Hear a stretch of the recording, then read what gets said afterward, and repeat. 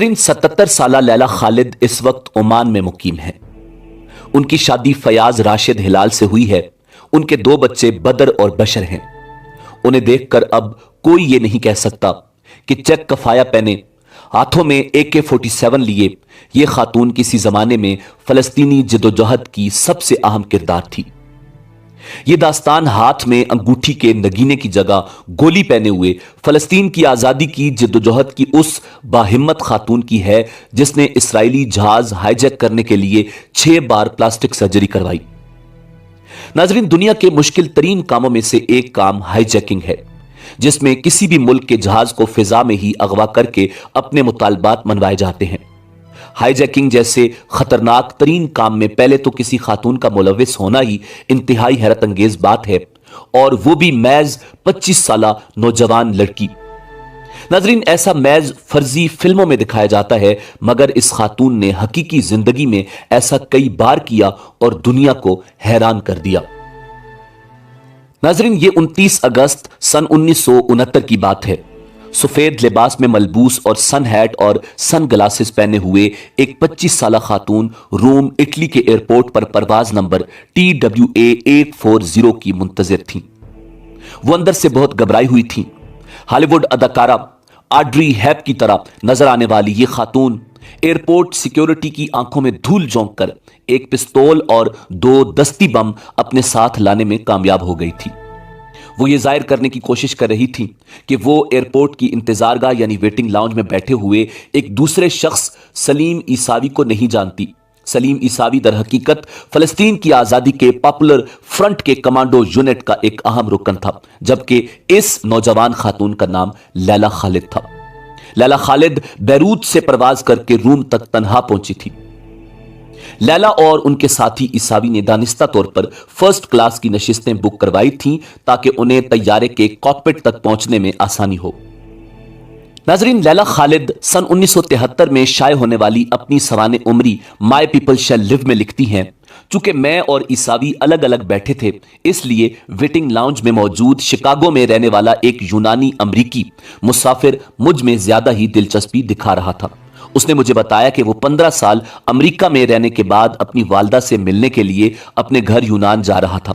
एक बार तो मेरे दिल में यह ख्याल आया कि मैं उससे कहूं कि वो ये तैयारा छोड़कर किसी दूसरे तैयारे में सफर कर ले, लेकिन फिर मैंने खुद को रोक लिया। तैयारे के अंदर लैला खालिद और सलीम की सीटें आसपास थीं। एयर होस्टेस ने लैला को कॉफी और ईसावी को बियर पेश की। एयर होस्टेस के बहुत इसरार के बावजूद लैला खालिद ने कुछ नहीं खाया। लैला ने एयर होस्टेस को बताया कि उन्हें ठंड महसूस हो रही है और उनके पेट में दर्द है, लिहाजा उन्हें एक इजाफी कंबल दे दिया जाए। जैसे ही कंबल मिल गया, लैला ने अपना हैंड ग्रेनेड और पिस्तौल कंबल के नीचे रख दिया ताकि बवक्त जरूरत उन तक आसानी से पहुंचा जा सके। नाजरीन, शूट द विमेन फर्स्ट की मुसन्निफा एलियन मैकडोनाल्ड को दिए गए एक इंटरव्यू में लैला खालिद ने बताया था, जैसे ही तैयारे के अमले ने मुसाफिरों को खाना पेश करना शुरू किया, सलीम उछलकर कॉकपिट तक पहुंच गए। उनके पीछे मैं भी अपनी गोद में रखे हैंड ग्रेनेड को लेकर दौड़ी। उसी दौरान एयर होस्टेस के हाथ से ट्रे नीचे गिर गई और वो जोर से चीखी और मेरी कमर में फंसी पिस्तौल मेरी पतलून के अंदर से फिसल कर तैयारे के फर्श पर जा गिरी। मैंने और ईसावी ने चीख कर कहा कि तमाम लोग फर्स्ट क्लास में मौजूद अमले के अरकान और बाकी सारे लोग तैयारे के अकबी दरवाजे की तरफ चले जाएं, यानी तमाम अफराद इकोनॉमी क्लास में चले जाएं। इस हाईजैकिंग में लैला खालिद को पायलट और फिजाई ट्रैफिक कंट्रोल रूम से बात करने का किरदार दिया गया था। इब्तदा में लैला खालिद ने पायलट से तैयारे को इसराइल के लोद एयरपोर्ट ले जाने के लिए कहा, जिसे अब डेविड बेन गोरियन एयरपोर्ट कहा जाता है। जैसे ही तैयारा इसराइली खित्ते में दाखिल हुआ, इसके साथ साथ इसराइली फौज के 3 मिराज तैयारे परवाज करने लगे। जंगी तैयारों को देखकर मुसाफिरों में खौफ व हिरास फैल गया। उनका ख्याल था कि इसराइली फिजाइया उनके तैयारे को मार गिराएगी। लैला खालिद ने एयर ट्रैफिक कंट्रोल से राब्ता किया और कहा कि अब आप हमें फ्लाइट TWA 840 के बजाय PFLP यानी फ्री अरब पैलेस्टाइन के नाम से पुकारेंगे। तैयारे के पायलट ने पहले लैला की हिदायत मानने से इनकार किया, लेकिन जब लैला ने उसे अपना दस्ती बम दिखाया तो उन्होंने हिदायत पर अमल करना शुरू कर दिया। लोद एयरपोर्ट की तरफ जाने का हुक्म सिर्फ इसराइलियों को चकमा देने के लिए था। जहाज लोद एयरपोर्ट के ऊपर से गुजरा। नीचे सैकड़ों इसराइली फौजी और टैंक हाईजैकरों से निमटने के लिए खड़े थे। तब लैला खालिद ने पायलट को तैयारा दमिश्क ले जाने का हुक्म दिया। रास्ते में उन्होंने पायलट से कहा कि वो उसे उनकी यानी लैला खालिद की जाए पैदाइश हीफा के ऊपर से ले जाए। बाद में लैला खालिद ने अपनी सवाने उमरी में लिखा, जब मैंने फलस्तीन को ऊपर से देखा तो 1 मिनट के लिए मैं ये भूल गई कि मैं किसी मुहिम का हिस्सा हूं। मेरे दिल में यह हुक उठी कि मैं अपनी दादी, अपनी फुफ्फियों और वहां मौजूद हर फर्द को पुकार कर कहूं कि हम वापस आ रहे हैं। बाद में पायलट ने भी कहा कि जब हम खीफा के ऊपर से गुजर रहे थे तो लैला के चेहरे के तासुरात बदले हुए थे। दमिश्क एयरपोर्ट पर लैंडिंग के बाद सलीम ने तैयारे के कॉकपिट में धमाका खेज मवाद डाल दिया और तैयारे को उड़ा दिया। उनके बकौल फलस्तीनी अवाम की जानिब दुनिया की तवज्जो रागिब करने का यह सबसे मौसर तरीका था। नाजरीन, लैला खालिद को अक्सर तारीख की पहली खातून हाईजैकर के नाम से पुकारा जाता है। बहुत कम लोग जानते हैं कि इस वाक़े से 3 साल कबल 1966 में एक ऑर्गेनाइजेशन की जानिब से तैयारे को हाईजैक करके उसे फाक लैंड ले जाने वाली भी यही खातून थी। एलियन मैकडोनल्ड अपनी किताब शूट द विमेन फर्स्ट में लिखती हैं, PFLP की क़यादत इस हाईजैकिंग की तशहीर से बहुत खुश थी। उन्होंने मशरिक़ वुस्ता के ममालिक के दौरे पर अपनी स्टार कामरेड लैला खालिद को भेजा। वो जानते थे कि इसराइली लैला खालिद को अगवा करने और उसे मारने के लिए कुछ भी कर सकते हैं, लेकिन इसके बावजूद उन्हें अरब ममालिक के दौरे पर भेजा गया। लेकिन उनके आसपास मुहाफिजों का एक हिफाजती पैरा था। लैला खालिद अरब दुनिया की हीरोइन बन चुकी थी। नाजरीन, उसके बाद लैला खालिद ने अपनी नाक, रुखसारों, आंखों और मुंह की 6 जगह से प्लास्टिक सर्जरी करवाई ताकि उनकी शक्ल सूरत बदली जा सके और वो दूसरी हाईजैकिंग के लिए तैयार हो सकें। सितंबर 1970 में लैला खालिद ने लेबनान से यूरोप का रुख किया। 4 सितंबर को जर्मनी के स्टटगार्ट में उन्होंने पीट्रिक आर्गेलियो से मुलाकात की, जो अगली हाईजैकिंग में उनके हमरा जाने वाले थे। ये दोनों पहले कभी एक दूसरे से नहीं मिले थे। 6 सितंबर को दोनों स्टटगार्ट से न्यूयॉर्क का टिकट लेकर एक साथ एम्स्टर्डम गए थे। पीट्रिक अमेरिका में पैदा हुए थे। एम्स्टर्डम में ये दोनों इसराइली एयरलाइंस की परवाज ELAI 219 से न्यूयॉर्क जा रहे थे। सारा ओरंग अपनी किताब Laila Khalid icon of Palestine liberation में लिखती हैं कि जब ये दोनों तैयारे में सवार हुए तो उन्हें मालूम नहीं था कि उनके 2 साथी जिन्हें इस हाईजैकिंग में उनकी मदद करनी थी, उन्हें इसराइली एयरलाइन के अमले ने नशिस्तें देने से इनकार कर दिया था। हाईजैकिंग की मंसूबाबंदी करते हुए यह फैसला किया गया था कि उस परवाज के अगवा में 2 से ज्यादा अफराद की जरूरत होगी, क्योंकि उस तैयारे में मुसल्ला सिक्योरिटी गार्ड्स मौजूद होते हैं और तैयारे में सवार होने वालों की 3 बार तलाशी ली जाती है। इस बार लैला खालिद और उनके साथी इकोनॉमी क्लास में बैठे थे।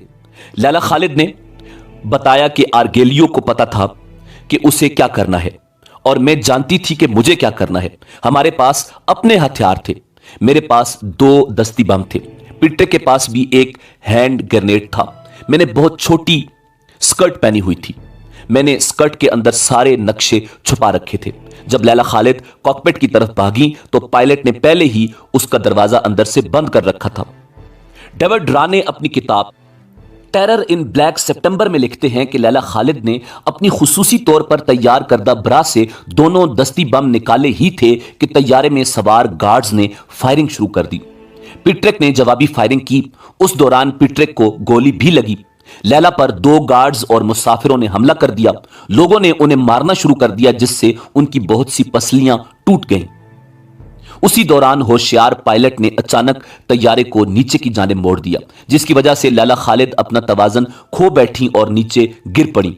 मुसाफिरों पर उसका कोई असर नहीं हुआ क्योंकि उन्होंने सीट बेल्ट बांधी हुई थी।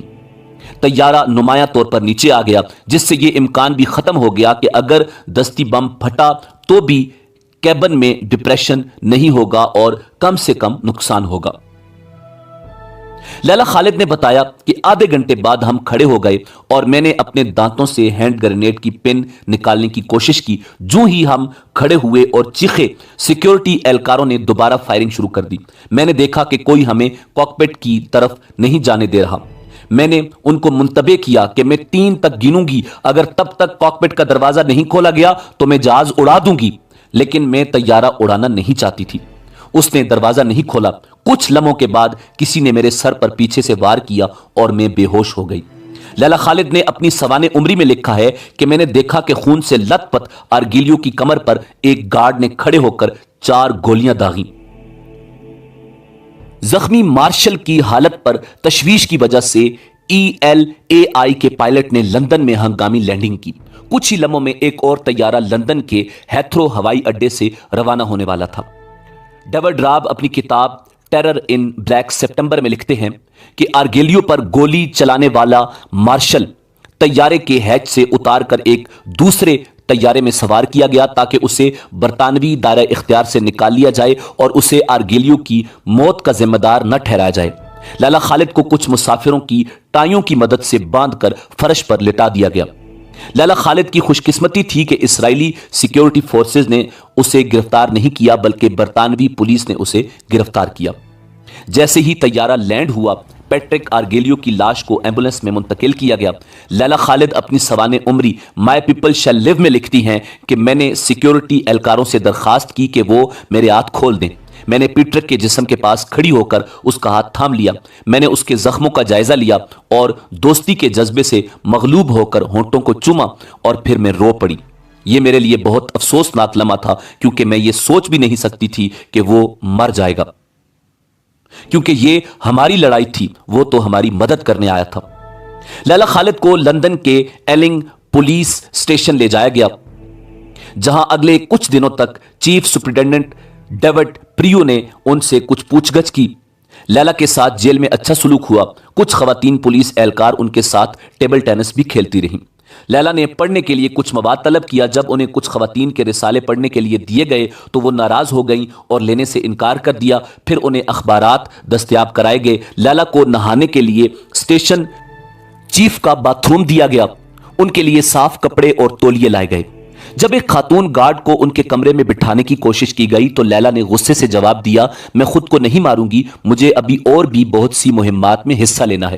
جب لیلا خالد نے اپنی خواہش کا اظہار کیا کہ وہ کچھ دیر کے لیے کھلی ہوا میں سانس لینا چاہتی ہیں تو انہیں جیل کی اونچی منزل پر لے جایا گیا اور کھڑکیاں کھول دی گئیں تاکہ وہ تازہ ہوا لے سکیں۔ انہیں روزانہ 6 روتھ مین سگریٹ پینے کی اجازت تھی۔ متعدد بار پولیس اہلکاروں نے انہیں 6 سے زیادہ سگریٹ بھی فراہم کیے۔ لیلا خالد سے پوچھ گچھ کے دوران ڈیوڈ پریو نے انہیں بتایا کہ ELAI کے علاوہ سوئس ایئر، TWA، پانام اور برطانوی طیارے کو بھی اغوا کیا گیا ہے۔ یہ سنتے ہی لیلا خالد نے کہا کہ برٹش ایئر کے طیارے کو اغوا کرنے کا کوئی منصوبہ ہمارے پاس نہیں۔ پریو نے انہیں بتایا کہ 9 ستمبر کو بحرین سے لندن آنے والا برٹش ایئر لائن کا طیارہ اغوا کیا گیا تھا۔ جب لیلا خالد نے ان سے پوچھا کہ ان کا مطالبہ کیا ہے تو پریو نے جواب دیا کہ وہ آپ کی رہائی چاہتے ہیں۔ 28 ستمبر کو پولیس اہلکاروں نے لیلا کو روتے ہوئے دیکھا۔ اس دن مصری صدر جمال عبد الناصر کی موت کی خبر اخبارات میں شائع ہوئی تھی۔ آخر کار برطانوی حکومت نے لیلا خالد کو 114 مسافروں کے بدلے میں رہا کیا۔ 24 دنوں تک برطانوی جیل میں رہنے کے بعد 1 اکتوبر سن 1970 کو رائل ایئر فورس کا ایک طیارہ لیلا خالد کو لے کر قاہرہ کے لیے روانہ ہو گیا۔ اس سے قبل 12 ستمبر کو اغوا کیے گئے تمام طیاروں کو ڈاسن فیلڈ میں بارود سے اڑا دیا گیا۔ ناظرین، ہائی جیکنگ کے ان تمام واقعات کے بعد ایک مرتبہ لیلا خالد سے پوچھا گیا کہ آپ نے جو کچھ کیا اس پر آپ کو افسوس ہے؟ لیلا نے جواب دیا، کس بات کا افسوس؟ بالکل بھی نہیں۔ پھر پوچھا گیا، آپ کی وجہ سے جہازوں میں سوار سینکڑوں مسافر دہشت زدہ ہوئے اور انہیں ذہنی صدمہ پہنچا اور طیارے کا عملہ بھی بری طرح زخمی ہوا۔ لیلا خالد نے جواب دیا، میں معافی مانگ سکتی ہوں کہ انہیں صدمہ پہنچا، لیکن وہ محفوظ رہے۔ ان کارروائیوں کا مقصد ان کو تکلیف دینا نہیں تھا۔ آپ کو یہ بھی دیکھنا چاہیے کہ بحیثیت انسان ہمیں اور ہمارے انسانی حقوق کو بھی نظر انداز کیا گیا ہے۔ नाजरीन, इसी उम्मीद के साथ इजाज़त दीजिए कि आपको हमारी वीडियो पसंद आई होगी। मिलते हैं बहुत जल्द एक नई तारीखी, तहकीकी और मालूमाती वीडियो के साथ। देखते रहिए info@adil। अल्लाह रब्बुल इज़्ज़त आपका हामी और नासिर हो।